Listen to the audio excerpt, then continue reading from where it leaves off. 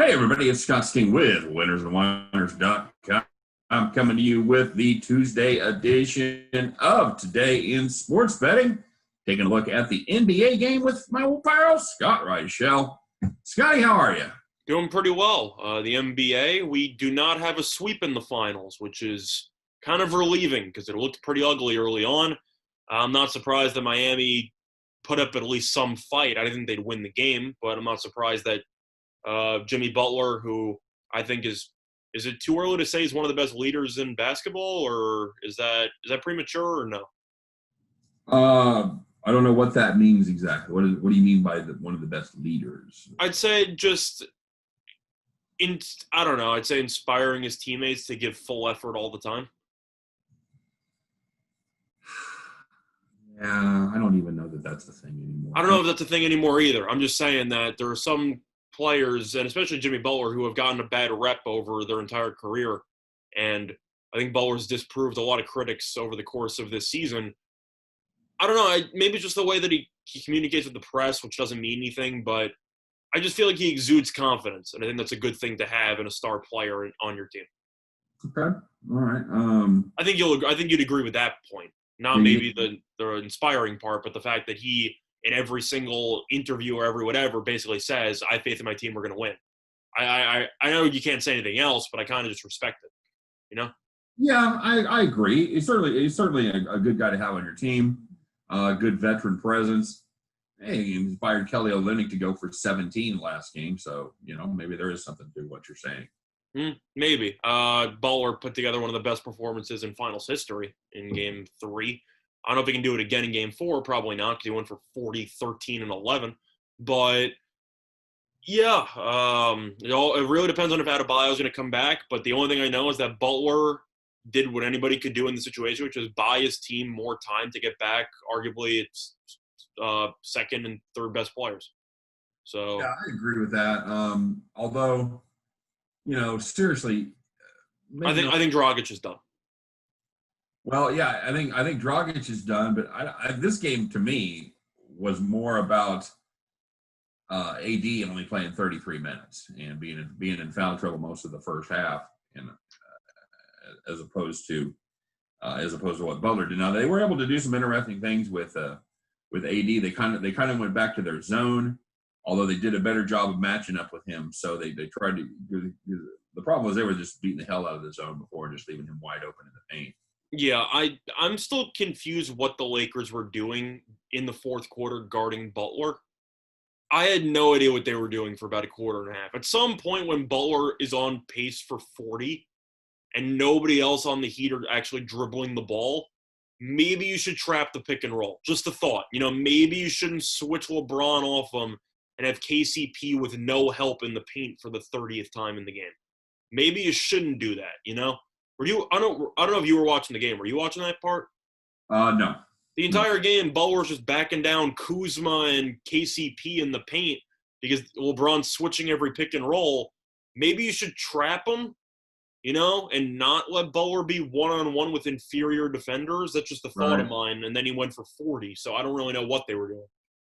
Solid. It'll be interesting to see what they've got cooked up and to see if they're able to do anything to stop them. Lakers had their low output. I want to say pretty close to their low output of the playoffs. I think they had one game in the 90s. They 104. They turned the ball over about 20-something times, so that's a big reason why. They did. They turned they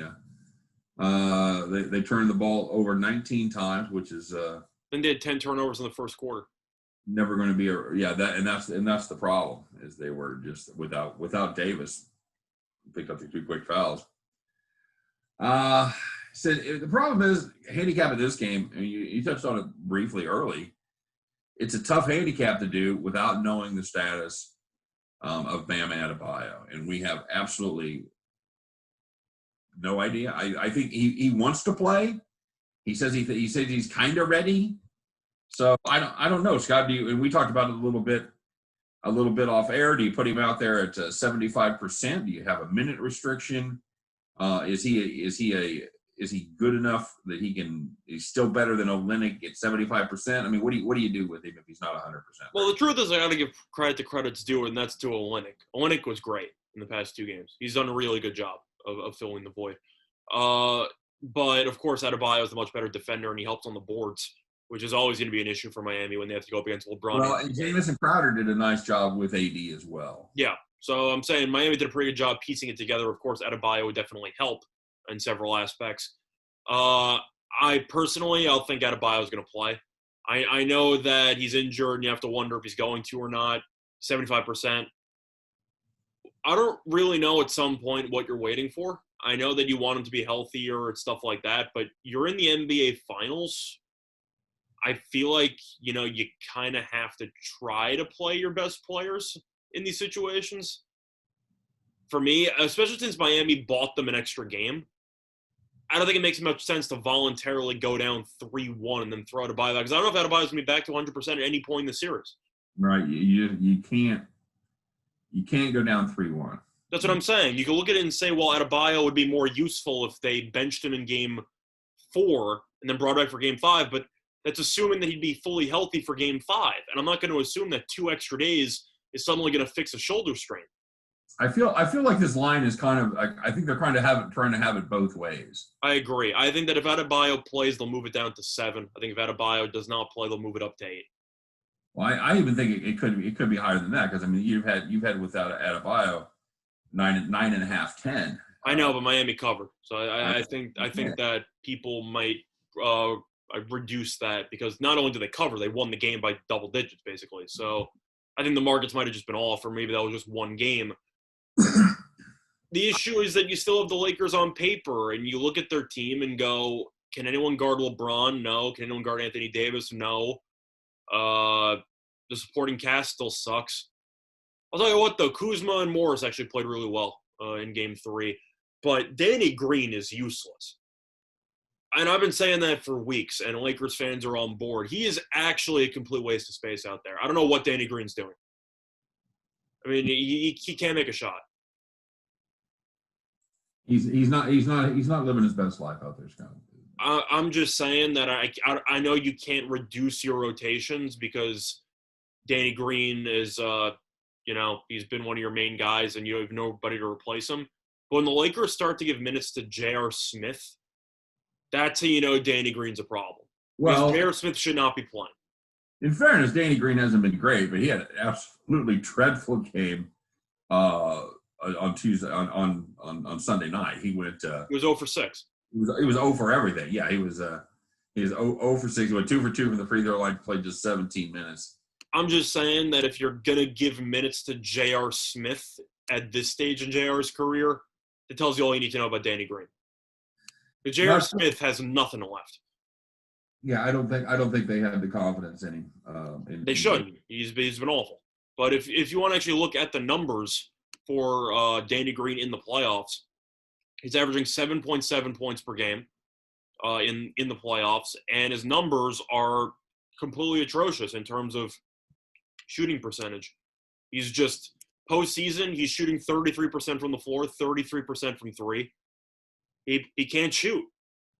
He just can't shoot. And you want to look at these recent games in the finals. Game 1, he was good. He had 11 points. Game 2, 12.5% from the floor. Game 3, over. Okay, sure. And his minutes have gone down each game.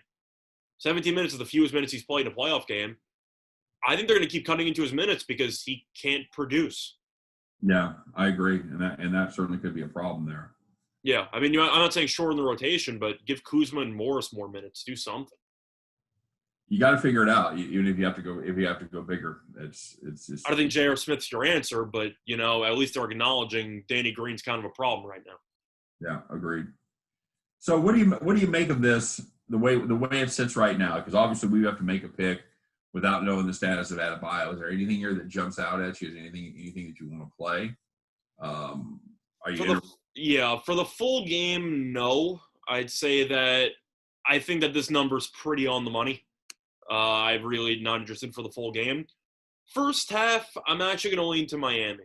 I know that might sound a little bit odd, but I think that Miami knows that if they're going to – I know that they've had comebacks before against Boston, everybody like that, but I think Miami knows that they ended up kind of shocking the Lakers a little bit in Game 3.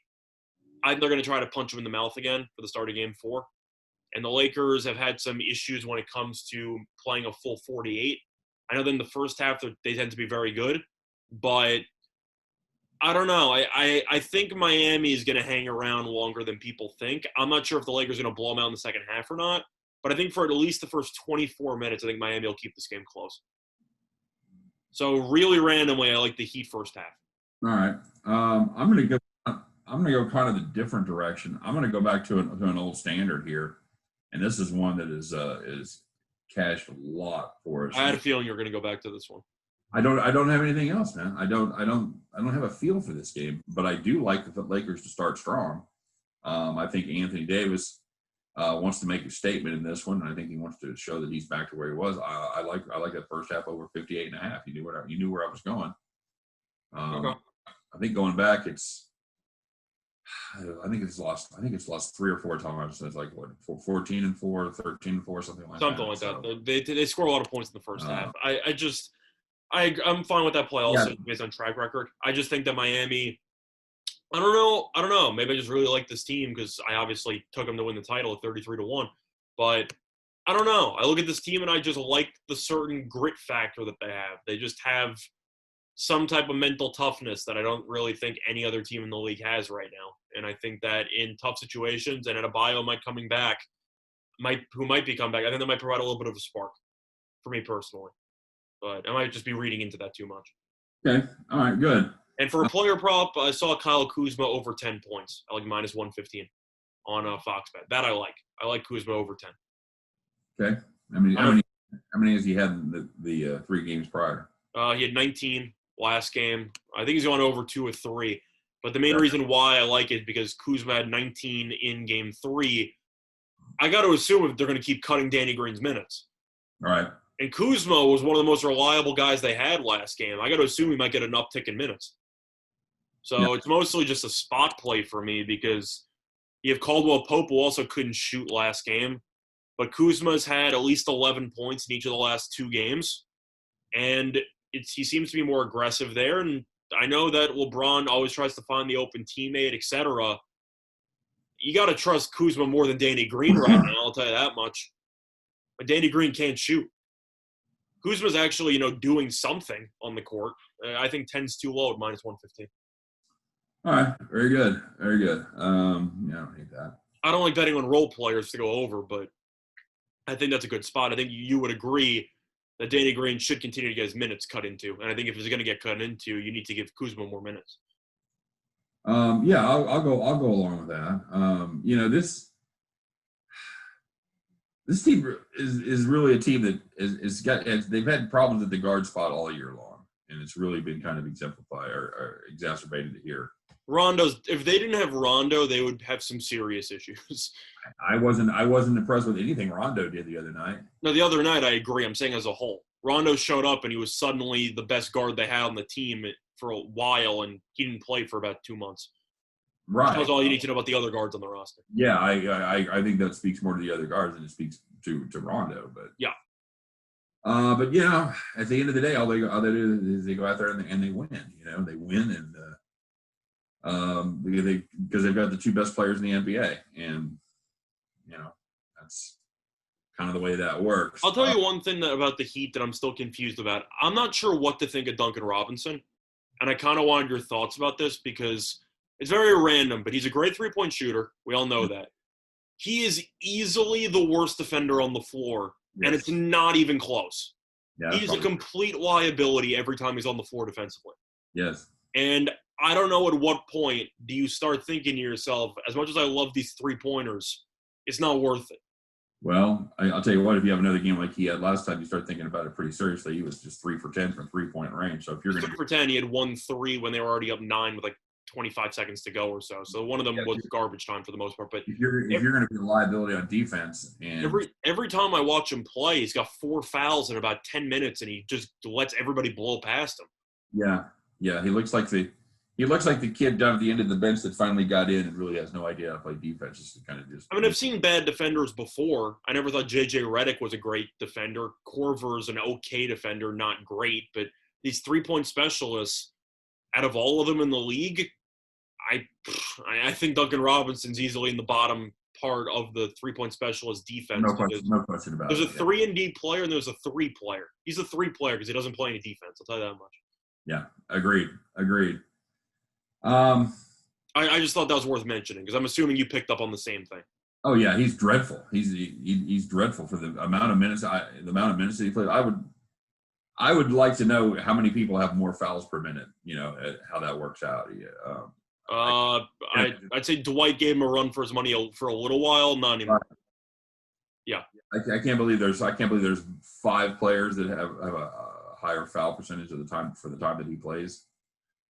I don't know. I like Duncan Robinson, but the issue that I have with him defensively, he plays way too closely against everybody. I know that you're supposed to defend the three-point line. I get it. But you're not athletic enough to guard the people and stay in front of them. Maybe you shouldn't try to guard them from 35 feet. Right. Just a thought, figure that out, but whatever. Any thoughts on the total? I'm going to lean over. Mostly because of the fact that the Lakers as a whole turned the ball over so many times and the game still got to 219. I'll lean over. The games have gone over recently. Game 1, of course, Miami just were awful offensively, but Miami shot 51% from the floor in Game 3. The Lakers shot 43%. They shot 33% from 3, and they also turned the ball over 19 times. So I think that if the Lakers do a better job of keeping possession, this game's still at 219, so I'm going to lean to the over. And, they've really had these games. Sasha! They really had these games handicapped pretty well. The first game, they've got it at 217. It lands at 214. They did go big in the second game, and then for the last. That's what I'm saying. The first game at 214, but Miami also had 3 of their players get injured, and they still were awful, and yet the game still almost went over. Well, that mainly due to the Lakers, and then the last time it's 219 and a half, and it ends up on 219. Is it tough? They've had. I'm gonna lean over. I feel. Yeah, I probably have to lean over as well, but they've been pretty tight. They've been pretty sharp with the total numbers here. I'm not saying it's a lock. I'm just saying if I have to go with the over or the under, I'm gonna lean to the over. No, there is no lock when it comes to the totals. You're hoping the Lakers turn the ball over 13 times instead of 19, and you get there. Yeah, gun to my head. I'm gonna go ahead and play it square. I'm gonna play the Lakers in the over. Yeah, that sounds about right. I want to lean to Miami, I really do, but you know what? Screw it. I'll lean to Miami. All right, There's all leans anyway. I'll lean to Miami. Just I don't know. I find them fun. Again, they are really leans without knowing what's going on with Adebayo. Even besides the actual title future that I have on the Heat, I'm still rooting for the Heat because I don't want this series to be one-way traffic, and I think a 2-2 series would just be very the Lakers since day one. What? You're not a Lakers guy. You don't like the Lakers. Every time we talk about the Lakers, we talk about all the holes they have. I have to. I can't avoid it. Very rarely positive talk with you. I think you'll agree, though, that if they win the championship, they'll have one of the worst supporting casts by an NBA champion I've ever seen. I think you'll agree with that. The supporting cast is actually terrible. Make Danny Green's ring smaller. Fuck that. I'm just saying. Do you agree with that? Because I'm trying to think of teams that had worse supporting casts. Maybe Cleveland the year they beat the Warriors. Maybe. I know Tristan Thompson actually gave him good minutes that year. But I know I look at the Lakers and I'm just like, really? Like this is what you got? You couldn't get like a veteran minimum like at the deadline or something? Like really, you just decided to give Jared Dudley money so he can not play ever in the NBA Finals? Like I just don't understand the moves they made for the bench. Right. Like, do you agree with that? Because Danny Green's completely deteriorated. Just saying, you go from AD and LeBron to Rondo, I'll put in his own category because and Kuzma, because they're both around, talented players off the bench who are nowhere near the level of whatever. Other than that, like your solution is J.R. Smith and Dion Waiters. That's what we're doing here. Like really, you needed help from the shooting guard perspective, and you got Dion Waiters. That's the move you made. So is it Davis and LeBron are just that good? Is that the deal? Yeah, pretty much. That's not a surprise to anybody. I'm just saying.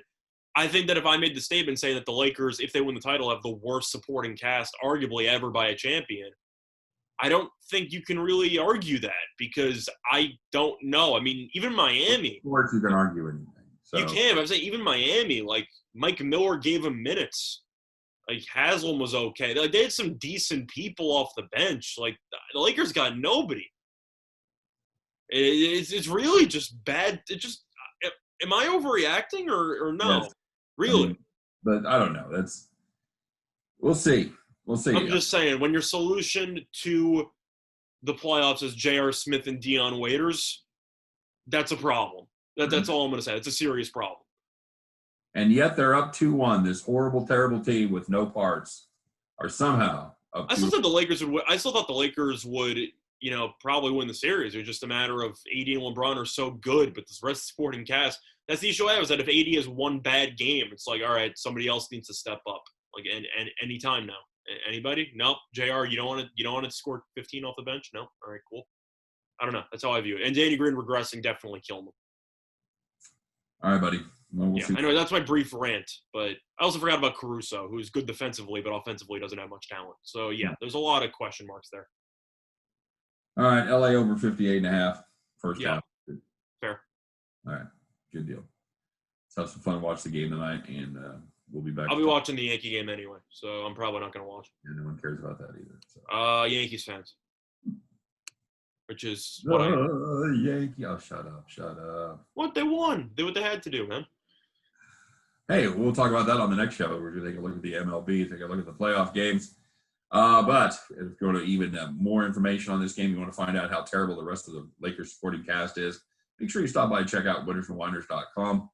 Writing deep dives on these games each and every day, every game, every day. You know the drill. Get over there. Check it out. You'll love it. I promise. For myself, for Scott Reichel, for the rest of us grumpy old bastards here at winnersandwiners.com, we appreciate you stopping by, watching the show. Don't forget to check us out each and every day as we do it right here on Today in Sports Betting. Take care, everybody.